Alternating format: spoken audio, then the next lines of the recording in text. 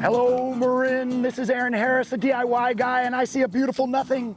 There once was juniper here, and it has been yanked out. What do we do to replace it? Juniper is fire prone. Let's make some better choices, but I'm not going to make those choices by myself. I have friends who are going to help me out. You see Marin, Master Gardener Pat Randolph. Good morning. Good morning. How are you? I'm caffeinated.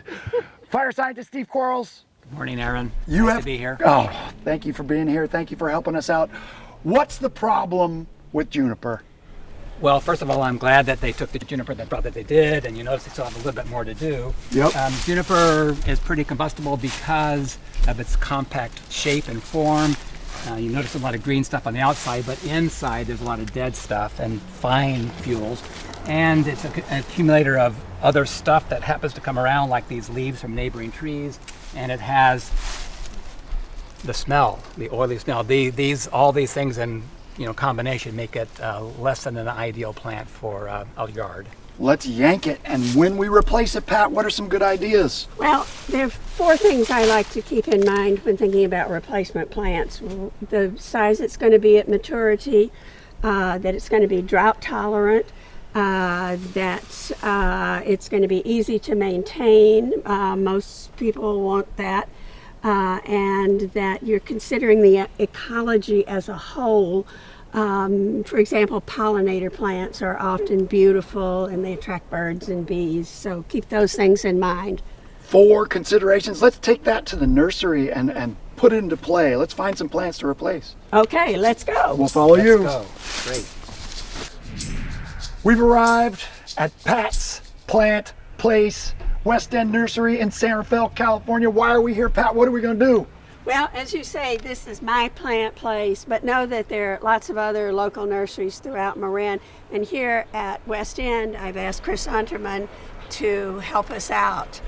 Thank you so Welcome, much, Chris. Pat. I appreciate it. Thanks for coming in. So what are we looking for today? All right, Chris. So we've just come from a beautiful house that has made the smart choice of removing juniper, but now it's a blank slate, 30 feet from the house. I don't want to water it a lot. I don't want to be out there making it into teddy bear carvings.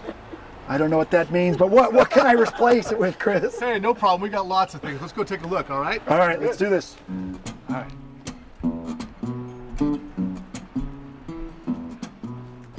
So here are some great choices to look at. Ooh, I'm a great fan of ceanothus. It comes in different varieties so that you can use it for different things. Beautiful blooms in the spring that attract pollinators. Loves the sun, drought tolerant. It's just a great plant. Ooh, and that's a salvia, right? Yeah, that's Salvia bees bliss. It's a great native salvia, and it's also an amazing pollinizer. Ooh, I like that one too. Let's look out for the bees. A buzz, buzz, a buzz, buzz, and we'll take some of these. Hold on a minute there, Aaron. Okay. Just wait and remember that we want to be planting in islands so that we create discontinuity between these plants, so that if one island ignites, it has a harder time the fire has a harder time moving to the house. So Buzz, buzz. Okay, well, I will put some of these back, Okay. and maybe we'll choose some others and make some islands. there you go. Islands. I like islands. Islands are nice. After you. So Chris, I bet you get a lot of questions about privacy screening plants. Absolutely. It's really important to remove bamboo and cypress. So we've created a nice fire smart section right here. A few great options. Pineapple guava, which has got a great edible fruit.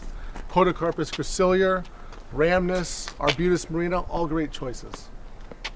I am going to go with the wall of fruit, and then what I want is I'm going to layer it. Wait, don't, when you start thinking about privacy screening, don't think about a wall of plants. Think about just a few well-placed plants to interrupt the sight line. So remember, sort of to summarize all this, we want to, don't forget that maintenance is really critical. We want to plant in islands to create this discontinuity, make it harder for fire to burn to the home. And we're talking about right next to your home, nothing is great, so no wood piles, no woody vegetation, no bark mulch. Awesome. Awesome. Thank you for your help. Steve Quarles, thanks for giving us the science. Pat, thank you for giving us the garden. And Chris, thanks for welcoming us West End. I really appreciate it.